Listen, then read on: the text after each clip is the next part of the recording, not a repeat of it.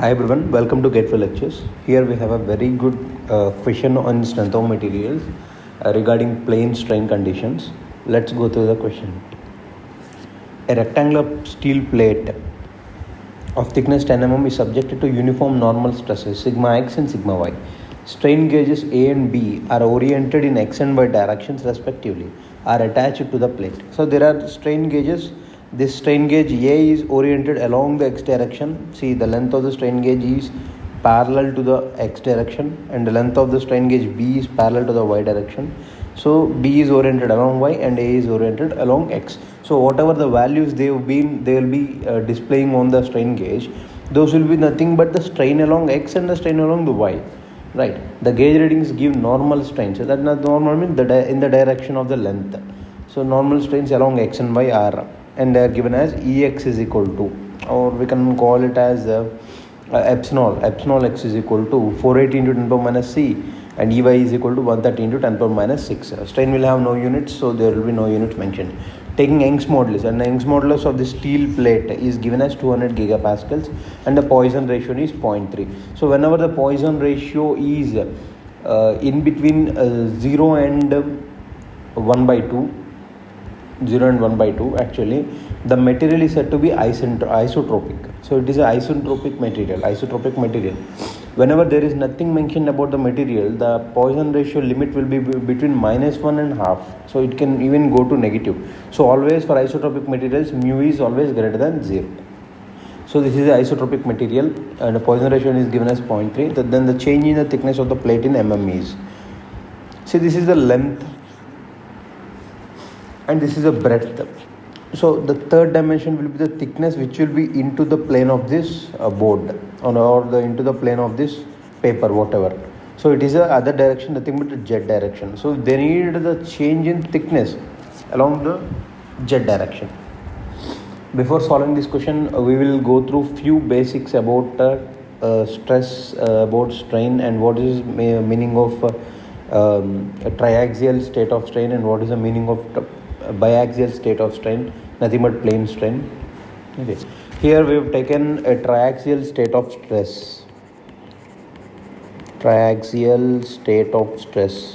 One important thing to note is triaxial state of stress always results in triaxial state of strain. This is a very important note point you need to understand. So whenever there is a triaxial state of stress given on a member, then there will be triaxial state of strain. Nothing but suppose given a triaxial state of stress condition. So let us assume the stress is along the x, y, and z directions. So this is x direction, and here the stress is assumed as sigma x, and this is y direction, it is sigma y, and this is z direction, this is sigma z. Similarly, we will also experience strain along x direction Ex, strain along y direction Ey, and strain along z direction Ez. So here, since sigma x is not equal to 0, sigma y is not equal to 0, sigma z is not equal to 0, then sigma x not equal to 0, sigma y not equal to 0, sigma z not equal to 0, then Ex not equal to 0, Ey not equal to 0, and Ez not equal to 0. Whatever be the values, we will be finding how to calculate the values. And also you remember, whenever it is given a triaxial state of stress, and if sigma x is greater than sigma y is greater than sigma z. So whenever they are given stresses values and it is found that the value of sigma x is greater than sigma y is greater than, then we can directly write the principal stresses values around the three planes. Nothing but the larger one will be the sigma 1, that is equal to sigma x, and the next larger will be sigma 2, that is equal to sigma y, and the last one would be sigma 3, nothing but sigma z. Similarly, we can also write strain along 1, principal strain. 1 will be more the stress, more will be the strain, because stress is directly proportional to strain. So E1 is equal to Ex, E2 is equal to Ey, and E3 is equal to Ez. Right. Now we will calculate the values. Here we are talking about strain, so we will not go in detail about the how to calculate the stresses. That will be done by using the principal stress equations. We will go how to calculate the strains. So suppose we are calculating strain along x, nothing but strain along 1. That will be equal to, so what is the normal strain along x? That is nothing but sigma x upon E. We'll take sigma 1. Actually we anyhow described what is sigma x and sigma y and sigma z. So sigma 1 upon E, that is the normal stress along one x direction, minus mu into sigma 2 upon E. These both are lateral strains, so minus mu into sigma 3 upon E. This is the normal strain, this is the lateral strain, this is the lateral strain, right?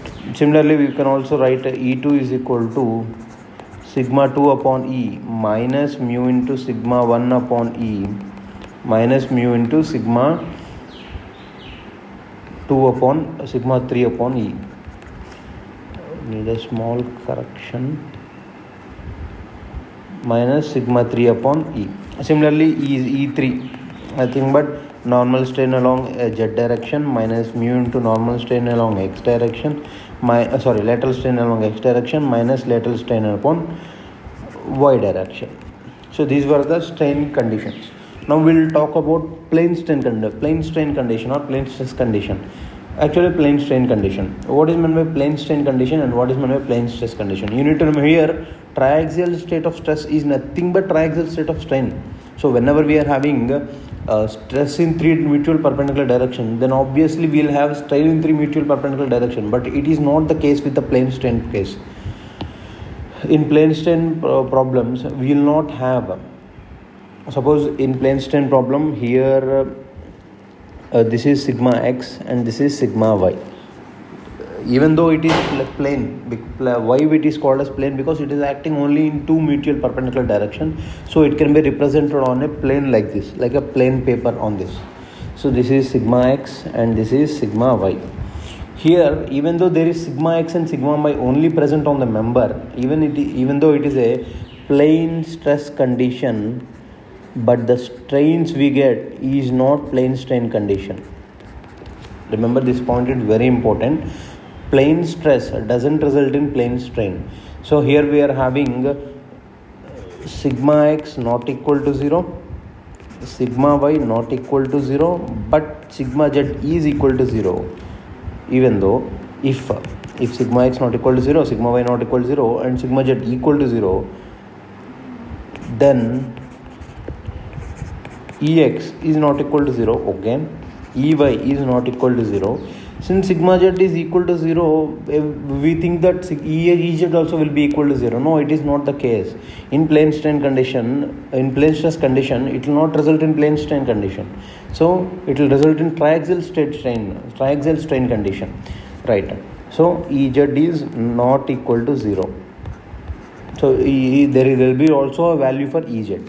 How to calculate this Ez, E1, E2? Same, we'll use the same equations. This E1, E2, E3. In all the 3 equations, keep sigma 3 equal to 0.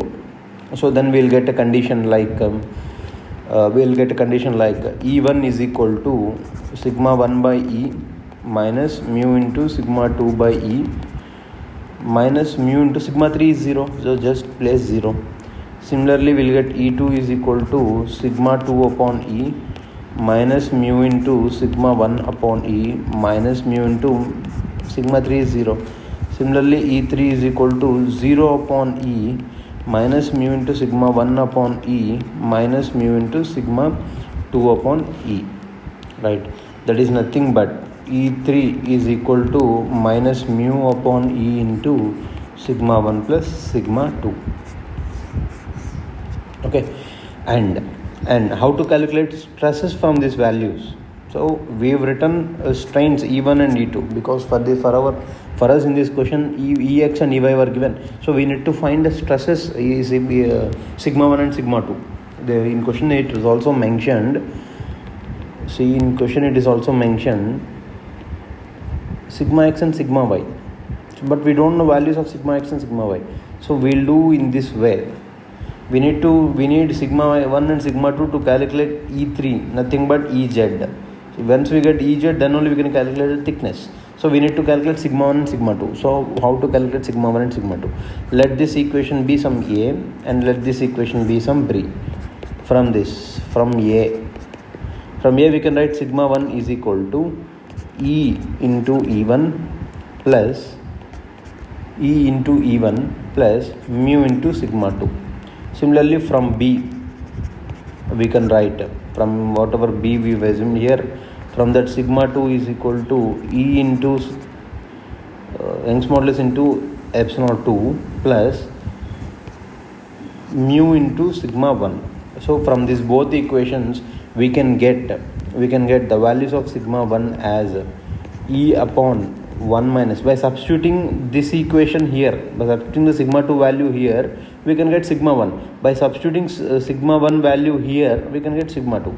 So then we'll get the equations E by 1 minus mu square into E1 plus mu into E2. Similarly, we'll get sigma 2 as E by 1 minus mu square into E2 plus mu into E1. So these were the stress equations. Now we'll go to the numerical directly. So here we have understood plane stress doesn't result in plane strain. So even it is a plane stress condition, but we'll not get a plane strain here. We'll get a triaxial state of strain. Let's go through the question and we'll just easily solve this question. Sigma x and sigma y we need to calculate, because Ex and Ey are given. To calculate Ez, we need to know sigma x and sigma y values, because first we'll write the value of Ez. Ez is nothing but change in thickness upon initial thickness. So it is here the question is on the change in the thickness of the plate, but the thickness of the plate was also given 10 mm. Okay, delta T upon T is nothing but minus mu upon E into sigma x plus sigma y, that we derived here. This equation we have derived already. We'll be using that.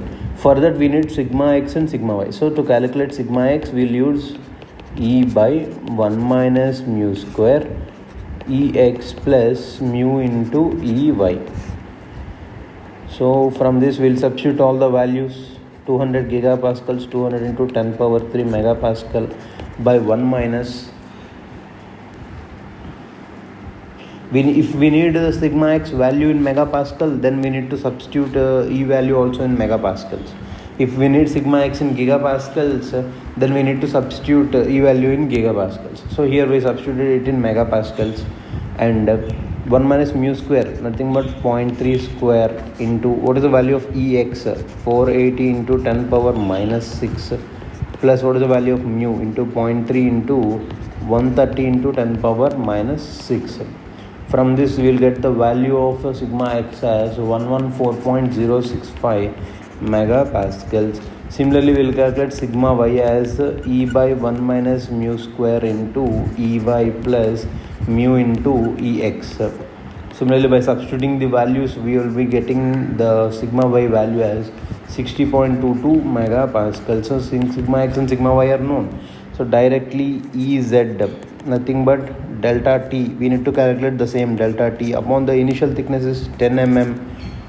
Since here it is given in 10 mm, right? It is given in mm. We need to get the value of it in megapascal. 1 megapascal is nothing but Newton per mm square, right? To get the value in megapascal mm, we need to take megapascal values, the stress value as, and sigma t, delta t by 10 is equal to minus mu is 0.3 divided by the value of E is 200 gigapascals, 200 into 10 power 3 megapascals, into the value of sigma x is 114.065 plus the value of sigma y is 60.22.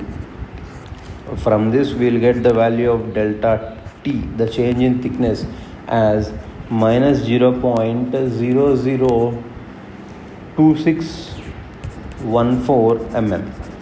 This is our final answer. Thanks for watching. This is a very good question.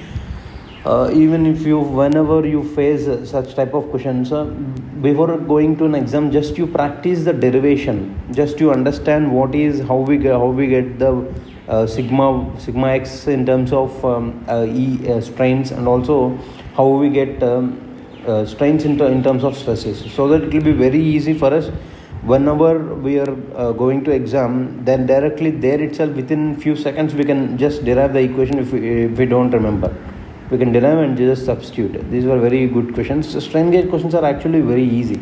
All the strain gauge questions relates on these equations only. These equations are very important. Thank you. Thanks for watching.